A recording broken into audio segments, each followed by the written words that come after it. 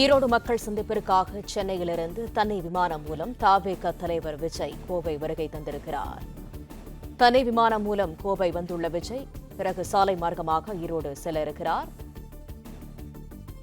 ஈரோடு மக்கள் சந்திப்பிற்காக சென்னையிலிருந்து தனி விமானம் மூலம் தவேக தலைவர் விஜய் கோவை வந்தடைந்திருக்கிறார்.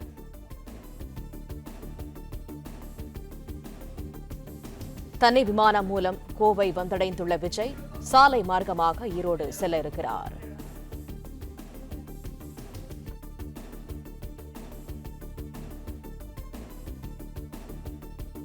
ஈரோடு மக்கள் சந்திப்பிற்காக சென்னையிலிருந்து தனி விமானம் மூலம் தவேக தலைவர் விஜய் கோவை வந்தடைந்திருக்கிறார். காட்சிகளை நாம் பார்த்து வருகிறோம்.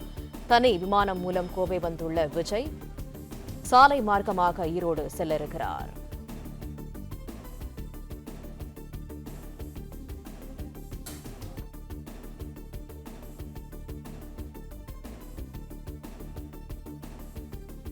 விரிவான தகவல்களோடு இணைகிறார் செய்தியாளர் ராஜகுமரன். தலைவர் விஜய் ஈரோடு மாவட்டத்தில் இன்று மேற்கொள்ள உள்ள தேர்தல் பரப்புரை கூட்டத்தில் பங்கு பெறுவதற்காக தற்பொழுது தனி விமானம் மூலம் சென்னையிலிருந்து கோவை வந்திருந்திருக்கின்றார். கரூர் சம்பவம் நடைபெற்று முடிந்த பிறகு மேற்கு மண்டலத்திலே முதல் முறையாக விஜய் அடியெடுத்து வைக்கின்றார். எனவே பல்வேறு எதிர்பார்ப்புகளுக்கு இடையில் தான் விஜயினுடைய இந்த மக்கள் சந்திப்பு ஈரோடு பெருந்துறை அருகே நடைபெற இருக்கின்றது. 35,000 பேர் பங்கேற்பார்கள் என்று சொல்லப்பட்டிருக்கின்றது. இன்று காலை 8 மணிக்கு பிறகாக அவர்கள் எல்லாம் அனுமதிக்கப்படுவதாக இருந்தது.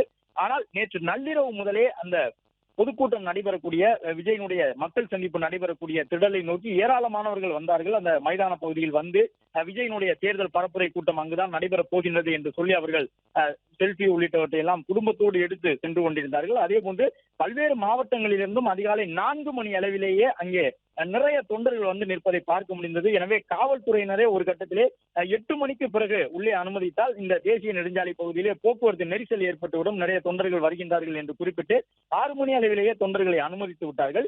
இங்கே இருக்கக்கூடிய இந்த பகுதி 60 பகுதிகளாக பிரிக்கப்பட்டிருக்கின்றன. தடுப்புகளை கொண்டு 60 பகுதிகளாக காவல்துறையினர் பிரித்து வைத்திருக்கின்றார்கள். ஒவ்வொரு பகுதியிலும் சிசிடிவி கண்காணிப்பு கேமராக்கள் பொருத்தப்பட்டிருக்கின்றன. அவையெல்லாம் கட்டுப்பாட்டு அறையில் இருந்து கண்காணிக்கப்படுகின்றது. காவல்துறையினுடைய உயர் அதிகாரிகள் கட்டுப்பாட்டு அறையில் இருந்தவாறு தொடர்ந்து அறிவுறுத்தல்களை தவேகாவினுடைய நிர்வாகிகளுக்கும் வழங்கி வருகின்றார்கள். விஜய் தனி விமானம் மூலமாக கோவை வந்தடைந்திருக்கின்றார் என்பதை பார்க்கின்றோம். இங்கிருந்து ஒரு 70 கிலோமீட்டர் தூரத்திற்கு விஜய் சாலை மார்க்கமாகத்தான் செல்ல இருக்கின்றார். சரியாக ஒரு 11 மணி அளவிலே விஜயனுடைய அந்த தேர்தல் பிரச்சார கூட்டம் தொடங்கும் என்று எதிர்பார்க்கப்படுகின்றது. தவேகா சார்பில் நடைபெறக்கூடிய இந்த கூட்டத்தில் பங்கு பெறுவதற்காக வந்தவர்கள் காலை முதலே அங்கே தரையில் அமர்ந்திருக்கக்கூடிய காட்சிகளை காண்கின்றோம். பெண்களுக்கு என்று கிட்டத்தட்ட ஒரு 8 பகுதிகளை தனியாக பிரித்து வைத்திருக்கின்றார்கள். 4 வழித்தடங்கள் இருக்கின்றன. விஜய் செல்வதற்கு, நிர்வாகிகள் செல்வதற்கு, பொதுமக்கள் செல்வதற்கு, காவல்துறையினர், ஆம்புலன்ஸ் வாகனங்களில் வரக்கூடிய அந்த மருத்துவ குழுவினர் உள்ளிட்டவர்கள் செல்வதற்கான வழித்தடங்கள் என்று தனித்தனியாக ஏற்பாடு செய்யப்பட்டிருக்கின்றன. மருத்துவ குழுக்களை பொறுத்தவரை 10க்கும் மேற்பட்ட மருத்துவ குழுவினர் இருக்கின்றார்கள். அவர்களிலே மருத்துவர்கள், செவிலியர்கள், மருத்துவ உதவியாளர்கள் என்று 70க்கும் மேற்பட்டவர்கள் இருக்கின்றார்கள். வெயிலினுடைய தாக்கம் அதிகம் இருக்கும் என்பதை முன்கூட்டியே உணர்ந்து அதற்கான ஏற்பாடுகளும் செய்யப்பட்டிருக்கின்றன. கிட்டத்தட்ட ஒரு 12 இடங்களிலே தண்ணீர் தொட்டிகள் வைக்கப்பட்டிருக்கின்றன. இது மட்டுமல்லாமல் 60 பகுதிகளாக பிரித்து வைக்கக்கூடிய நிலையில் ஒவ்வொரு பகுதியினுடைய தடுப்புகளுக்குள்ளாகவும் நிறைய குடிநீர் பாட்டில்கள் வைக்கப்பட்டிருக்கின்றன. அந்த குடிநீர் பாட்டில்களை எடுத்து விநியோகம் செய்யக்கூடிய பணியினையும் தவேகாவினர் மேற்கொண்டு வருகின்றார்கள் என்பதை பார்க்க முடிகின்றது. அவ்வப்பொழுது தவேகாவினுடைய அந்த கொடி பாடல்கள் இசைக்கப்பட்டு வருகின்றன. தமிழக வெற்றி கழகத்தினுடைய பிரச்சார பாடல்கள் இசைக்கப்பட்டு அந்த பிரச்சார பாடலுக்கு ஏற்ப தமிழக வெற்றி கழகத்தினுடைய தொண்டர்கள் உற்சாகத்தோடு தங்களுடைய கட்சி துண்டுகளை அசைத்து தமிழக வெற்றி கழக தலைவர் விஜயனுடைய வருகையை எதிர்நோக்கி காத்திருக்கக்கூடிய அந்த காட்சிகளை காண முடிகின்றது. கரூர் சம்பவம் நடைபெற்று முடிந்து கிட்டத்தட்ட ஒரு 70 நாட்களுக்கு பிறகாக இந்த கூட்டங்கள் நடைபெற்றுக் கொண்டிருக்கின்றன. எனவே அதிலிருந்து மீண்டு வந்திருக்கக்கூடிய தமிழக வெற்றி கழகம் நிறைய மாற்றங்களை அமைப்பு ரீதியாக செய்திருக்கின்றது. தொண்டர்களை வழி நடத்துவதற்காக நிறைய பேர் உள்ளே இருப்பதை பார்க்க முடிகின்றது. அதாவது கட்சியினுடைய தொண்டர் அணி என்ற ஒன்றை உருவாக்கி இருக்கின்றார்கள். அவர்கள் வரக்கூடிய கூட்டத்தை கட்டுப்படுத்துவதற்கான பணியை மேற்கொள்கின்றார்கள். பெண்கள் நிறைய பேர் வருகின்றார்கள். பெண்களை கட்டுப்படுத்துவதற்கான பணிகளை மேற்கொள்வதற்கு பயிற்றுவிக்கப்பட்ட பெண்கள் அணியையும் தமிழக வெற்றி கழகத்தினுடைய தலைமை உருவாக்கி இருக்கின்றது. அந்த அடிப்படையில் தான் தமிழக வெற்றி கழகத்தின் சார்பிலே இளைஞர்கள், இளம் பெண்கள் என்ற அனைவருமே ஏதோ ஒரு பணியிலே தங்களை ஈடுபடுத்திக் கொண்டு அந்த கூட்டத்தை கட்டுப்படுத்துவதற்கான பணிகளில் அவர்கள் ஈடுபட்டிருப்பதை பார்க்க முடிகின்றது.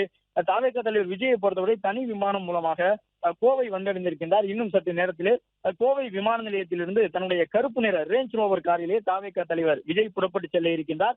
விஜயினுடைய வருகையை முன்னிட்டு நிறைய பாதுகாப்பு ஏற்பாடுகள் செய்யப்பட்டிருக்கின்றன. மேற்கு மண்டல ஐஜி, மேற்கு மண்டலத்தினுடைய டிஐஜி, ஈரோட்டினுடைய எஸ்பி மற்றும் அருகில் இருக்கக்கூடிய மாவட்டங்களுடைய எஸ்பி, டிஎஸ்பி என்று காவல்துறையினருடைய ஒட்டுமொத்த உயர் அதிகாரிகளும் கடந்த 2 நாட்களாக பொதுக்கூட்டம் நடைபெறக்கூடிய மைதானத்தில் பல்வேறு கண்காணிப்பு பணியை மேற்கொண்டதை பார்க்க முடிந்திருந்தது. ஏனென்றால் விஜய் கடந்த வாரம் புதுச்சேரியில் பேசும் பொழுது அரசியல் விமர்சனங்களோடு சேர்த்து ஒரு முக்கியமான குற்றச்சாட்டையும் முன்வைத்திருந்தார். அதில் ஒரு சின்னஞ்சிறிய பகுதியாக இருக்கக்கூடியது புதுச்சேரி. இங்கே மிகப்பெரிய அரசியல் கூட்டங்கள் எல்லாம் நடந்திருக்காது. நீங்கள் பார்த்திருக்கக்கூடிய அரசியல் கூட்டங்கள் எல்லாம் சிறிய அளவிலான அரசியல் கூட்டங்களாகத்தான் இருக்கும். ஆனால் தமிழக வெற்றிக் கழகத்தினுடைய இந்த கூட்டத்திற்கு புதுச்சேரி அரசு செய்து கொடுத்திருக்கக்கூடிய பாதுகாப்பு ஏற்பாடுகள் வியக்க வைக்கின்றன. புதுச்சேரியில் தந்திருக்கக்கூடிய பாதுகாப்பை எங்களுக்கு மற்ற எந்த பகுதியிலும் தமிழக காவல்துறை வழங்குவது கிடையாது என்கின்ற ஒரு குற்றச்சாட்டை விஜய் முன்வைத்திருந்தார். இந்த நிலையில்தான் கரூர் சம்பவத்திற்கு பிறகாக மேற்கு மண்டலத்திற்கு விஜய் வருகின்றார். புதுச்சேரியிலே அரசியல் விமர்சனத்தோடு சேர்த்து தமிழக காவல்துறை மீதும் ஒரு குற்றச்சாட்டை விஜய் பதிவு செய்திருந்தார் என்ற அடிப்படையிலே தமிழக காவல்துறையினுடைய மேற்கு மண்டல ஐஜி, டிஐஜி உள்ளிட்ட உயர் அதிகாரிகள் நேரடியாக வந்து தொடர்ந்து அந்த பகுதியை பார்வையிட்டுக் கொண்டிருக்கின்றார்கள்.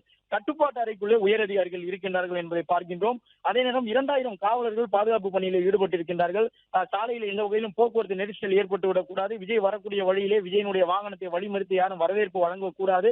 அதற்கான பாதுகாப்பு ஏற்பாடுகளை எல்லாம் செய்ய வேண்டும் என்ற அடிப்படையில் தனி விமானத்தில் இருந்து இறங்கி தமிழக வெற்றி கழக தலைவர் விஜய் தற்பொழுது தன்னுடைய ரேஞ்ச் ரோவர் கார் இருக்கக்கூடிய பகுதிக்கு செல்லக்கூடிய காட்சியை காணுகின்றோம். இன்று காலை சென்னையிலிருந்து புறப்பட்டிருந்தார். கரூர் சம்பவத்திற்கு பிறகாக அந்த நகரத்தை ஒட்டி இருக்கக்கூடிய அருகில் இருக்கக்கூடிய மாவட்டத்திற்கு விஜய் செல்லுகின்றார். எனவே விஜய் இதை ஒரு உணர்வுபூர்வமான சந்திப்பாக எதிர்கொள்வதற்கான ஒரு வாய்ப்பும் இருக்கின்றது. கரூர் சம்பவத்திற்கு பிறகாக அந்த பாதிக்கப்பட்ட குடும்பத்தினரை விஜய் சந்தித்திருந்த பொழுது அவர் கண்ணீர் விட்டு அழுததாக விஜயை சந்தித்து வெளியில் வந்தவர்கள் சொல்லியிருந்தார்கள். இந்த நிலையில் தான் கரூர் சம்பவத்திற்கு பிறகாக கரூருக்கு அருகே இருக்கக்கூடிய ஈரோட்டிற்கு விஜய் செல்வதன் காரணமாக விஜய் உணர்வுபூர்வமாக இதை எவ்வாறு எடுத்துக்கொள்ள போகின்றார் என்பது ஒரு முக்கியமான கேள்வியாக இருக்கின்றது. விஜயனுடைய அந்த பேருந்து செல்லக்கூடிய காட்சியை நாம் காணுகின்றோம். அந்த பேருந்தில் விஜய் சென்று கொண்டிருக்கின்றார். இன்னும் சற்று நேரத்திலே தன்னுடைய கருப்பு நிற ரேஞ்ச் ரோவர் காருக்கு விஜய் சென்று விடுவார். இது ஒரு பக்கம் இருக்க, மற்றொரு பக்கம் செங்கோட்டையன் என்கின்ற 50 ஆண்டு கால அரசியல் தலைவர் ஒருவர் தன்னுடைய ஆளுமையை அந்த மேற்கு மண்டலத்தினுடைய 10 மாவட்டங்களுக்கு நிரூபித்து காட்ட வேண்டிய ஒரு தேவையுடன் விஜயை வரவேற்றிருக்கின்றார் என்பதையும் நாம் பார்க்கின்றோம். விஜயினுடைய இந்த வரவை பொறுத்தவரை செங்கோட்டையனினுடைய நகர்வில் ஒன்றாக பார்க்கப்படுகின்றது. கரூர் சம்பவம்